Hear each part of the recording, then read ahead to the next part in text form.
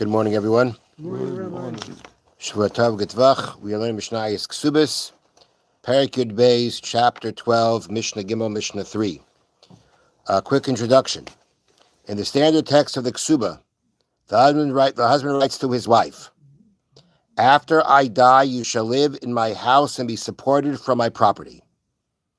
The words "after I die" do not explicitly, those words don't appear in the Ksuba, I believe. But the point is, when he says in the Ksuba, "You shall live in my house and be supported from my property," it means after his death. That could be the context of the Ksuba. But that's the point. The point is the Ksuba itself states that after he dies, you shall live in my house. Those are important words to bear in mind for this Mishnah. You shall live in my house and be supported from my property. Okay. So the Mishnah reads like this. Almana sha'amra, a widow who said, "Ievshi lazuz mebeis baili," I don't want to leave my husband's house, means she wants to stay in the house that she was living in when she was married. Ein hayarshin yachaylen loimarla lechila beis avich v'nuzan noisach. The heirs cannot say to her, go to your father's house, and we'll support you from there. They're not trying to say not going to support her, but go back to your father's house and we'll support you there. So the Mishnah says they can't do that. The Ksuba says, you shall live in my house. That is part of the Ksuba agreement. And therefore, if she wants to stay in the house, they cannot throw her out. Now, not only that, the Bartanur brings down, the widow also has the right to the furniture that she used in her husband's lifetime and to the servants who served her then. That's all included. Whatever she had by the husband, she can say to them, this is what I want to continue.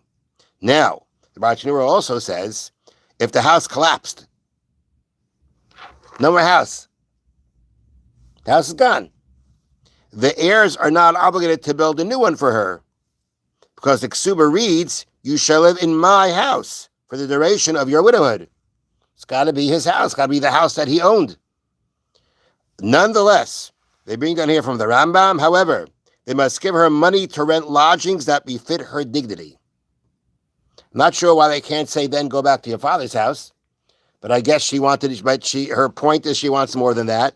And even though she's not going to get exactly what she wants, but that much, they don't have to rebuild the house, but they have to give her lodgings that befit her dignity. All right, that's the first part of the Mishnah. Okay. Did I read that part? Not sure.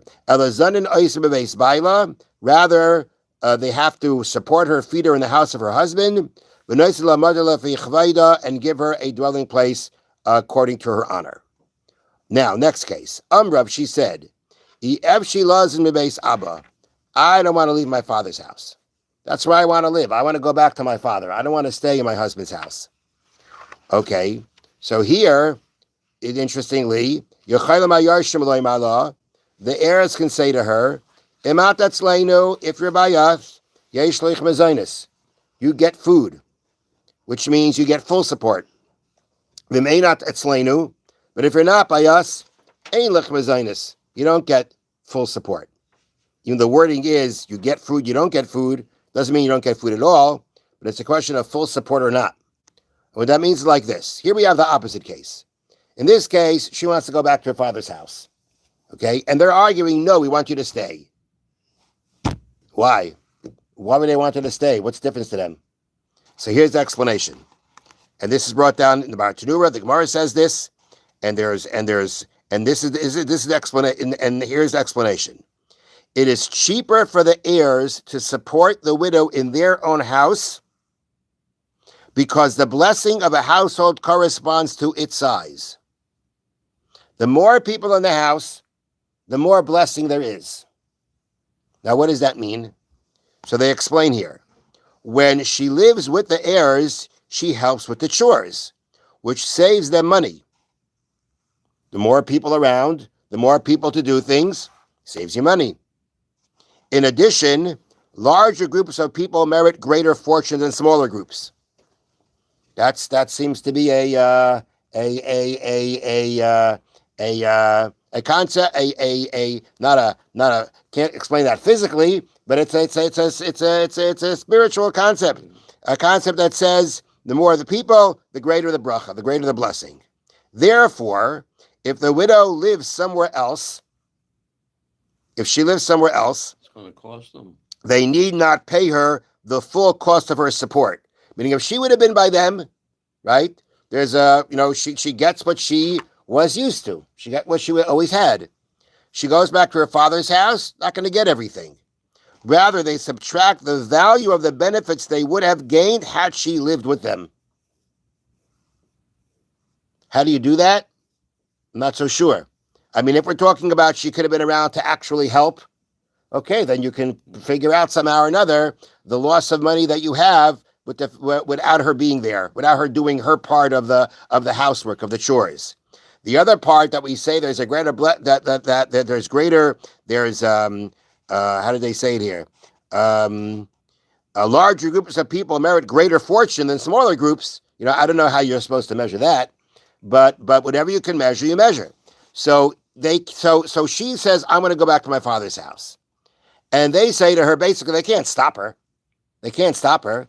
And also, her going back to the house isn't going to exempt them from supporting her. They still got to support her, but they don't have to support her as much.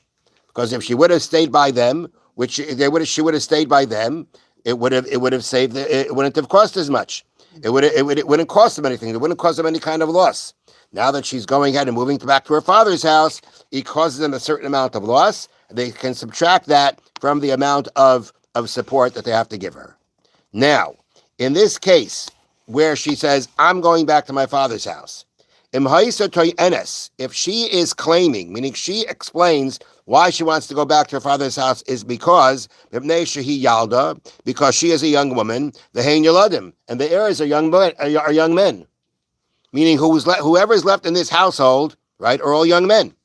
And she's a young woman. And she's afraid that people are going to start talking and saying that there's not good things going on there.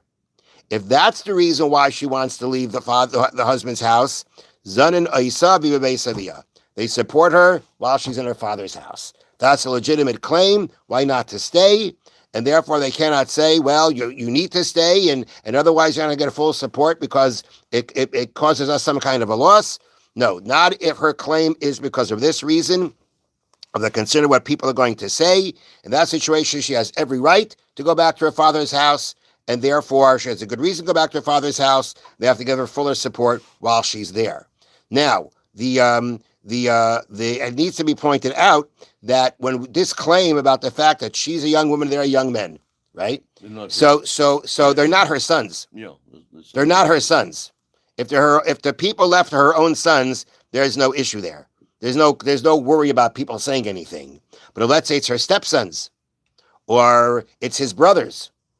In that situation, she can say that I don't want to stay there, so that people don't start spreading rumors about me. Have a wonderful day. A good tavach, shvua tov. Thank you, Rabbi.